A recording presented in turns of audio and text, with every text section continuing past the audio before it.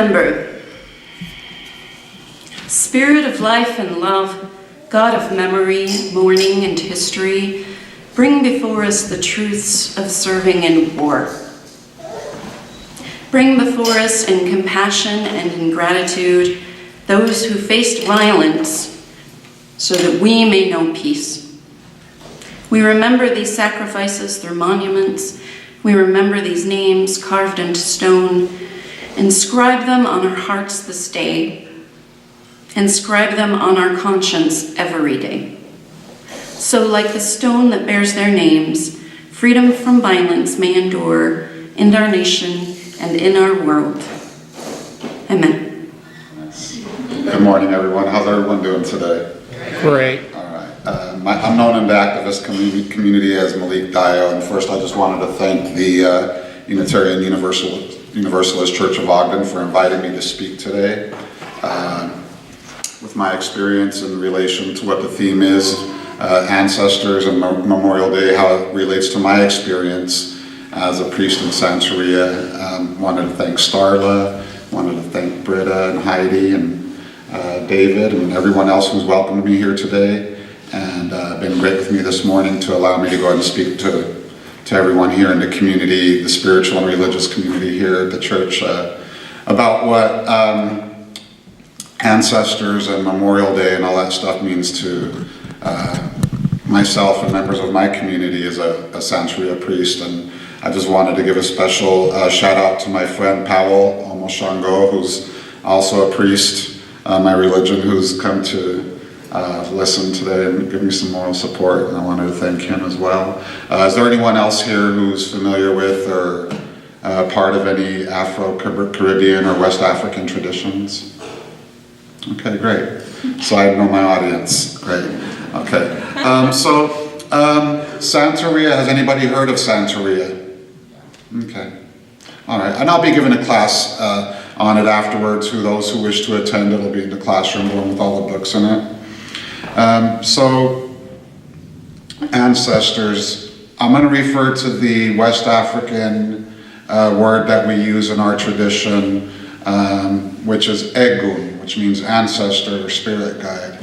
So I'm going to use that word interchangeably with the word ancestor as I give my talk today. And how I can express it in a personal sense, in a personal experience. Santeria is a very experiential religion, and everybody's experience is different.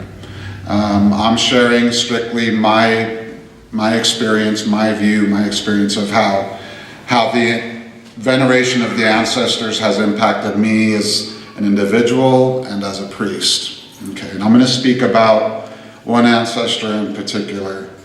You know, we say in our religion we stand on the shoulders of those who came before us. I think somewhere in Western religion, ancestral veneration got lost somewhere through monotheism or Protestantism. A lot of different Abrahamic faiths kind of shied away from ancestral veneration, which is would be unheard of in any type of indigenous faiths like Native American or African traditions. Those are like central and essential parts of those types of worship, animism and things as such. So I'm going to speak of an ancestor today who's very important to me. And I'm going to explain how he interties into everything before and after my initiation into Santeria. Okay, and he's my grandfather, and may he rest in peace. We say Iba Elayan Torun, which means peace and blessings to those in heaven, and my grandfather, Fernando Mercado, who is my maternal grandfather. So how did I find this religion?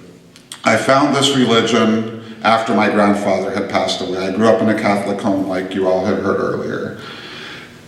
And I had gone through a lot of search for truth, just like everyone else is here, I'm sure. And we're all in different places, and we're all going to get led to a different truth. And I'm at my truth where I'm at now. And I want to share how ancestor ties into all that and how I'm actually here speaking to you today. So in my quest for trying to find truth, and my truth anyway, and my perspective of truth and experience and spirituality, I came to know this religion through an act of desperation, right?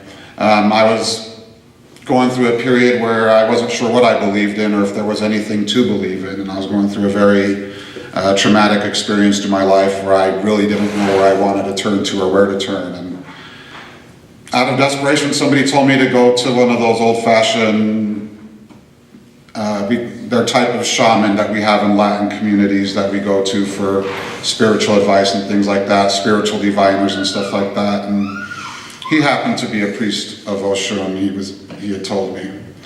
And he gave me a reading, he prepared some spiritual things for me to do, and I did some other things on my own as well, and before I knew it, my life had changed back to where it had been, but even better than it was before. And I had experienced something that was different, and a religious experience that I hadn't experienced before, with results and affirmations that there was something out there, that, there was something to believe in. And time passed, and I met my godfather. In our tradition, in our religious tradition, we have priests who initiate us, and they're called godparents, and my godparents initiated me. And my grandfather had passed, and I wish I could have shared that experience with him, finding that truth. He was very open-minded with religion. He was a very devout Catholic, but he was very open to a lot of beliefs. He was very spiritual in his own right, old-fashioned spiritual people in Puerto Rico. He was born in Puerto Rico in 1905. I remember one time there was a big argument happening in the house, and I was about 10 years old, and my grandfather grabbed a pot of cold water, and he started sprinkling it all over the place. And I was a little bit ignorant at that age. I asked my mom, what is he trying to do, bless the house or something? She's like, no, he's cooling it off. I was like, oh, okay. And I just thought it was superstitious at the time,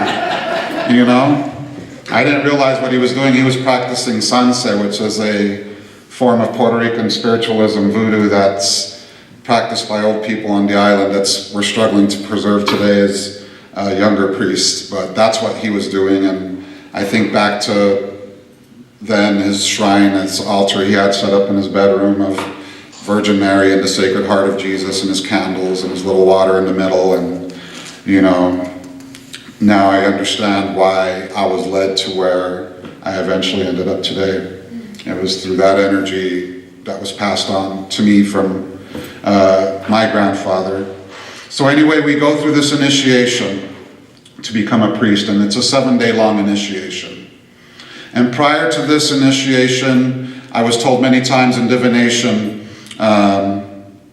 where like our futures are foretold to us and things as such, that I entered into this religion and into this traditions because the Orishas were going to save my life, and the Orishas are the divinities that we believe in. And I didn't quite understand what it meant, because I thought I was on a different type of quest spiritually with the whole Santeria thing, and I didn't quite understand what the elders meant by telling me that I was doing this to save my life. But out of respect, I just, I didn't question it. I just kind of kept my eyes and ears open. And we go through a 7-day initiation to become a priest in this religion.